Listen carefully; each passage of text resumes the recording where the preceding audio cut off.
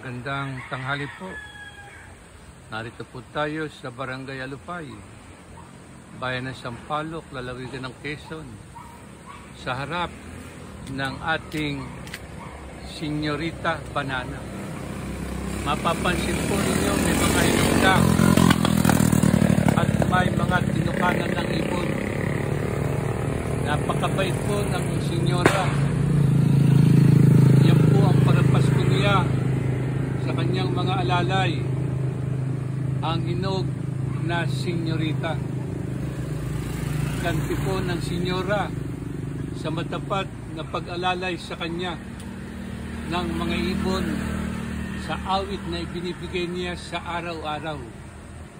Maaring hamak lang o payak ang kanyang handog, subalit napakalaking bagay po sa mga alalay niyang ibon.